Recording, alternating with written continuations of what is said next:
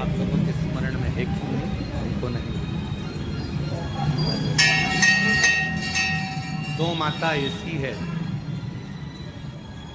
दो जगत जननी ऐसी है कि दुनिया का कोई भी व्यक्ति कितना भी टोना कर दे, चाहे दुनिया का कोई भी व्यक्ति कितनी भी विद्या कर दे, चाहे दुनिया का कोई भी तांत्रिक कोई विद्या करने वाला तुम्हारे ऊपर कितनी भी विद्या कर दे, दो देवी ऐसी है जो उस टोना को, उस विद्या को पलट देती। और ये हम नहीं कर रहे हैं, देवी भागवत है।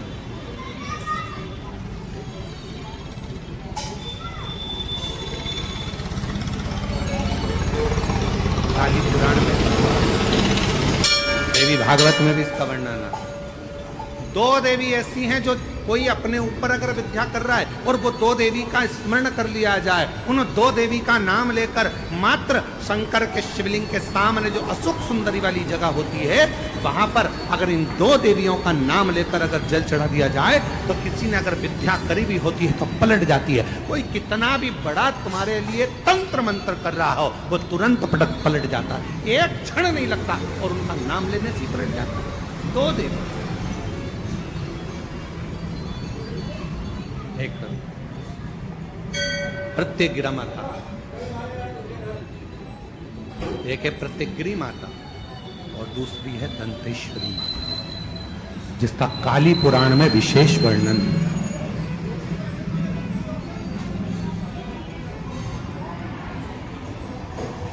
जिसका देवी भागवत में वर्णन आता। और महाराज प्रत्येगिरी माता का वर्णन स्वयं यहाँ तक, प्रत्येगिरी माता का वर्णन यहाँ तक अथर्व वेद में भी प्रत्येगिरी माता का वर्णन और दंतेश्वरी माता का स्मरण यहाँ तक अथर्व वेद में भी वर्णित किया गया। प्रत्येगिरी माता काली पुराण में तो है, देवी भागवत में भी। ये जो दो देवियां हैं, एक प्रत्येगिरी माता और दूसरी, जमके बोलो जमके बोलो, ये दो माता ऐसी हैं। अगर भगवान शंकर का ये शिवलिंग है, ये जलाधारी है, माता पार्वती जी का हस्तकमल, और यहाँ सामने एक मोटी सी लाइन होती है अशोक सुंदरी का स्थान, इधर गणेश जी, इधर कार्तिकेय जी।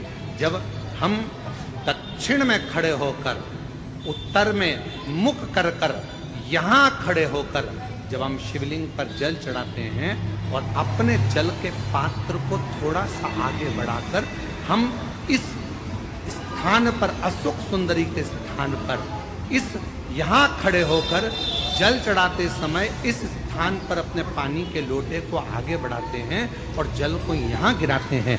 प्रत्येगिरी माता का नाम लेकर या मां दंतेश्वरी का नाम लेकर जब हम चढ़ाते हैं, आज दिन भर में अगर कोई ने भी हमारे ऊपर विद्या करी होती है, वो 2 मिनट के अंदर वो कटकर गिर जाती है और कोई असर नहीं। तो एक मां दंतेश्वरी, कौन है ये प्रत्येगिरी माता? शिव महापुराण में बड़ा सुंदर वर्णन आया कि जब हिरण्यकशिपु ने बहुत तप करा,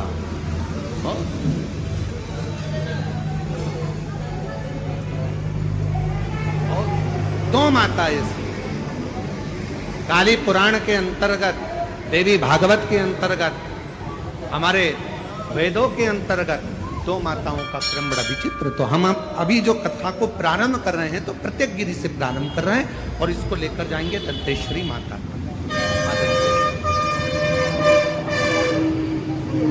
महाराज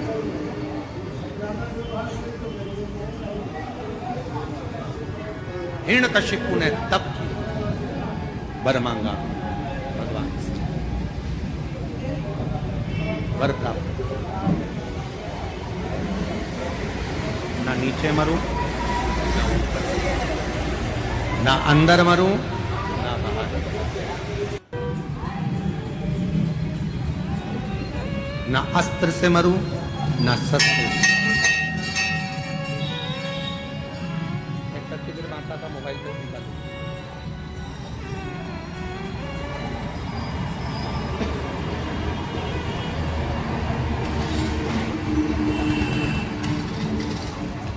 ना अस्त्र से मरूं ना शस्त्र से मरूं, ना दिन में मरूं ना रात में मरूं, ना नर से मरूं ना पशु से मरूं,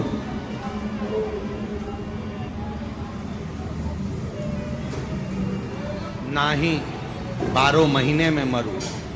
ये हिरण्यकशिपु ने वर दिया तथा, और वो वर मिल गया।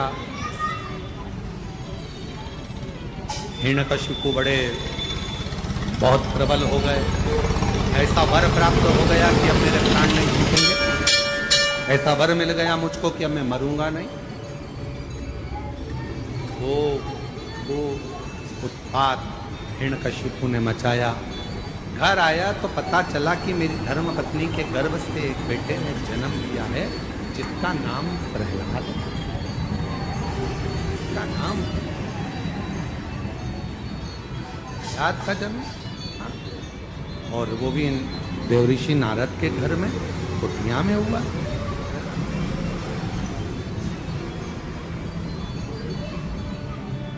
हिरण्यकशिपु प्रहलाद की भक्ति को देखते रहे, क्योंकि प्रहलाद देवऋषि नारद के घर में रहे तो उन्होंने भगवान का भजन सुना, भगवान का स्मरण सुना। और हिरण्यकशिपु की धर्मपत्नी गर्भस्थ थी, जिसको मारने के लिए स्वयं इंद्र लेकर जा रहे थे कि गर्भ में जो बच्चा होगा वो मारना जरूरी है, नहीं तो हिरण्यकशिपु जैसा क्रोधी होगा, वह भी विवाद करने वाला होगा, असुर होगा। तो नारद जी ने उसको छुड़ा लिया, और नारद जी ने उसको इतना ज्ञान दिया था, इतना ज्ञान दिया कि गर्भस्थ बालक भगवान की अविरल भक्ति में डूबने वाला उत्पन्न। इसलिए हमारे पुराने समय की माताएं कहती हैं कि गर्भ में जब बच्चा रहे उस समय पर रामायण गीता का स्मरण करना चाहिए, गर्भवती नारी को भगवान का भजन करना चाहिए, गर्भवती नारी को भगवत स्मरण करना चाहिए, गर्भवती नारी को भगवान को जल चढ़ाना चाहिए, गर्भवती नारी को अच्छे अच्छे पुराण वेद और शास्त्र श्रवण भी करे और पढ़े। पर आज के जमाने में जैसे गर्भ ठेरता है डॉक्टर कह देते हैं बेड रेस्ट, पलंग पर पड़ी रहो दिन भर।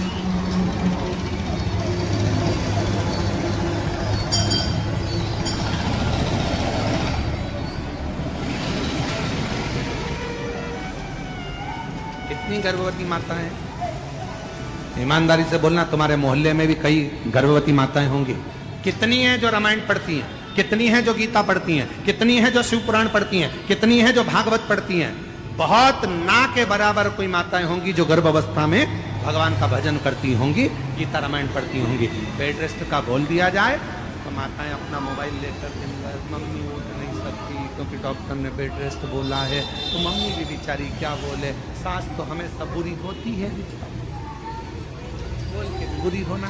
तो इससे अच्छा है बेटा जैसा डॉक्टर ने बोला वैसा कर ले। पर हमारे डॉक्टर तो पूर्व समय में कहते थे बेटा खूब काम करो। जैसे एक विदेश में एक संत घूमने गए तो वहाँ उन्होंने देखा 2 तरह का हॉस्पिटल था। इधर लिखा था कि ऑपरेशन से बच्चे होते हैं और इधर लिखा था नॉर्मल डिलीवरी। अब डॉक्टर को, संत को लगा बताओ गजब का हॉस्पिटल है, एक ही हॉस्पिटल में 2 जगह लिखा है, इधर ऑपरेशन से होते हैं, इधर लिखा है कि नॉर्मल डिलीवरी होती है। तो संत ने पूछा क्यों भैया ये ऑपरेशन से बच्चा होता है इसका कितना पैसा लगता है? तो उन्होंने कहा इसके लगभग 5 लाख रुपए लगते हैं। अच्छा, और जो ये नॉर्मल डिलीवरी होती है इसका? तो कहा इसके लगभग 20 लाख रुपए लगते हैं। नॉर्मल डिलीवरी के 20, ऑपरेशन से 5, ऐसा क्या है? तो कहे चलो अंदर चलकर दिखाते हैं। तो ऑपरेशन वाले का उन्होंने थिएटर दिखाया, जो भी ऑपरेशन रूम था, इसमें बच्चे को माता के ऑपरेशन कर देते हैं और बच्चे को बाहर निकाल देते हैं। और इसमें एक छोटा सा जमीन दी है, अपनी सब्जी बनाओ, अपनी सब्जी बो, गेहूं है, खूब चक्की चलाओ और चक्की चलाकर बढ़िया आटा बनाओ, अपनी रोटी खुद बनाओ, अच्छे से झाड़ू लगाओ, पोछा लगाओ, अपने घर को साफ रखो और अपने आप तुम्हारा बच्चा हो जाएगा, हमको 20 लाख रुपए दो रखने को।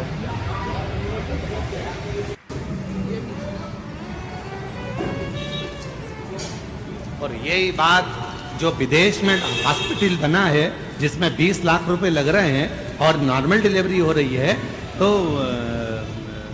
वही बात हमारे घर की बुजुर्ग माताएं कहती हैं, बेटा थोड़ा काम कर ले, जाता हो जाएगा, अच्छे से बच्चा हो जाएगा, थोड़ी मेहनत कर, थोड़ा परिश्रम कर। अरे मम्मी बेड रेस्ट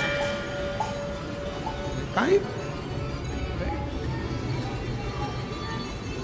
तो माँ ने कहा अच्छा ठीक है बेड रेस्ट ले, तो थोड़ी रामायण पढ़ ले। मम्मी गीता पढ़ ले, नहीं। और मालूम पड़ा वो केवल सीरियल देखती रही। ऐसा कोई सीरियल नहीं बना जिस सीरियल में कहीं का रोता नहीं मिला। तुम पूरे एक एक नाटक निकाल के देख लो, कहीं की ना कहीं की 24 घंटे रोती मिले। पूरे नाटक कहीं की ना कहीं की रोती मिले। कहीं सास रोएगी, कहीं बहू रोएगी, कहीं ये रोएगा, कहीं वो रोएगा। पूरे नाटक में दर्द भरे सीन ही दिखते हैं। इसलिए औलाद भी जो पैदा होती है आज के जमाने में की, वो भी नाटक कंपनी पैदा होती है। गोदी में रखोगे तो चुप, गोदी से नीचे उतारोगे तो पे पे। इतने में तो सास भी चिल्ला के कह दे हमारी भी 4 औलाद चीरी बहू, खिला देते पिला देते पटक देते खेलते रहते, पर तेरी औलाद भाई भगवान जाने ना जाने कहां से आए।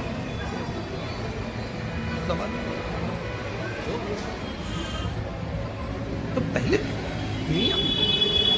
अब हिरण्यकशिपु की धर्म पत्नी को लेकर चले गए देव ऋषि नारद, और उन्होंने जो उपदेश दिया हिरण्यकशिपु की पत्नी को समझाना प्रारंभ किया, ज्ञान उपदेश देना प्रारंभ करे और भगवान के भजन गाना जो प्रारंभ करे। तो गर्भ में जो बालक था जन्म लेते ही उसने हलाक किया, भगवान के नाम का वर्णन किया तो उसका नाम प्रहलाद।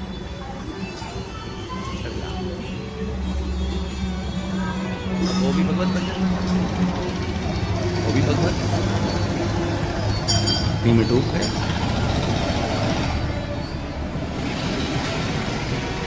पर इतना जरूर है, जो जिनके यहाँ पर 14-14, 15-15, 20-20 साल तक औलाद नहीं होती है, वो शंकर भगवान की जब कथा सुनते हैं और उनका गर्भ ठहरता है, तो उनके गर्भ में जो बच्चा आता है तो हमारा विश्वास कहता है कि वो शिव की कथा सुनकर पैदा हुआ है, शिव की कृपा का पात्र है। शिव एक पत्र है अच्छा।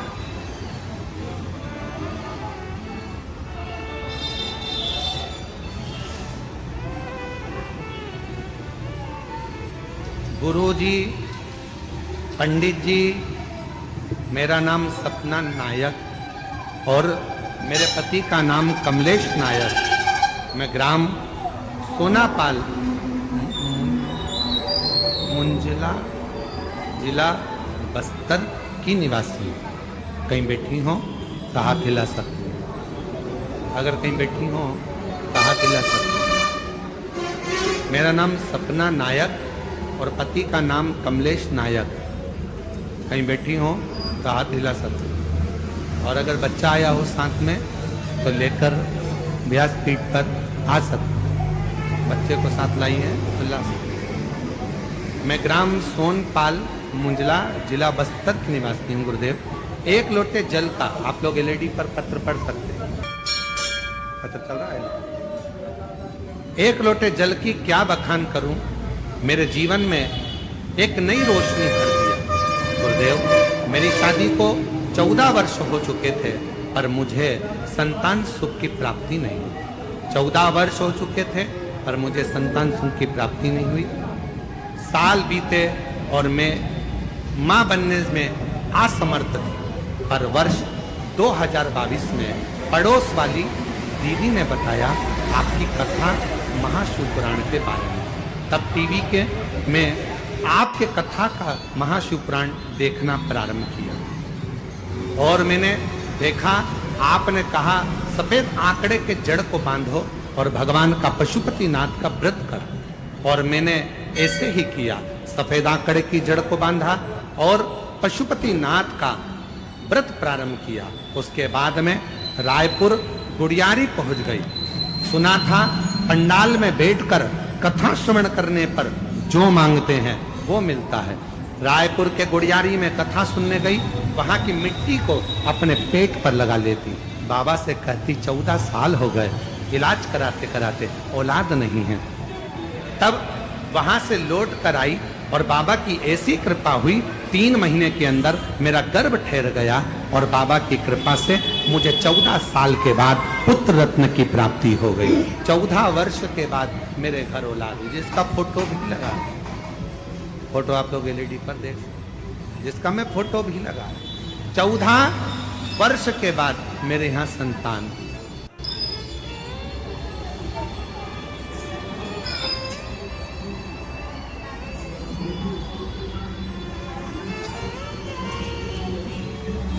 हमने उसका नाम भोला रखा है, शिव की कृपा से हुआ है, बाबा की करुणा से हुआ है। और मेरी कृपा का क्या भरोसा, कब किस पर हो जाए, जरा सी हम कर दो, जरा सी हम कर। आप भी बोलो साथ में, जिस पर भी हो गई तेरी कृपा करुणा वो भव पार हुआ। बोलो बोलो बोलो, भव पार हुआ। पापी हो चाहे जितना, उसका भी बाबा उद्धार हुआ, उद्धार हुआ। गिद्ध हजामी का जैसी तेरे मन को जरा कर दो, जरा कर दो। तेरी कृपा का क्या है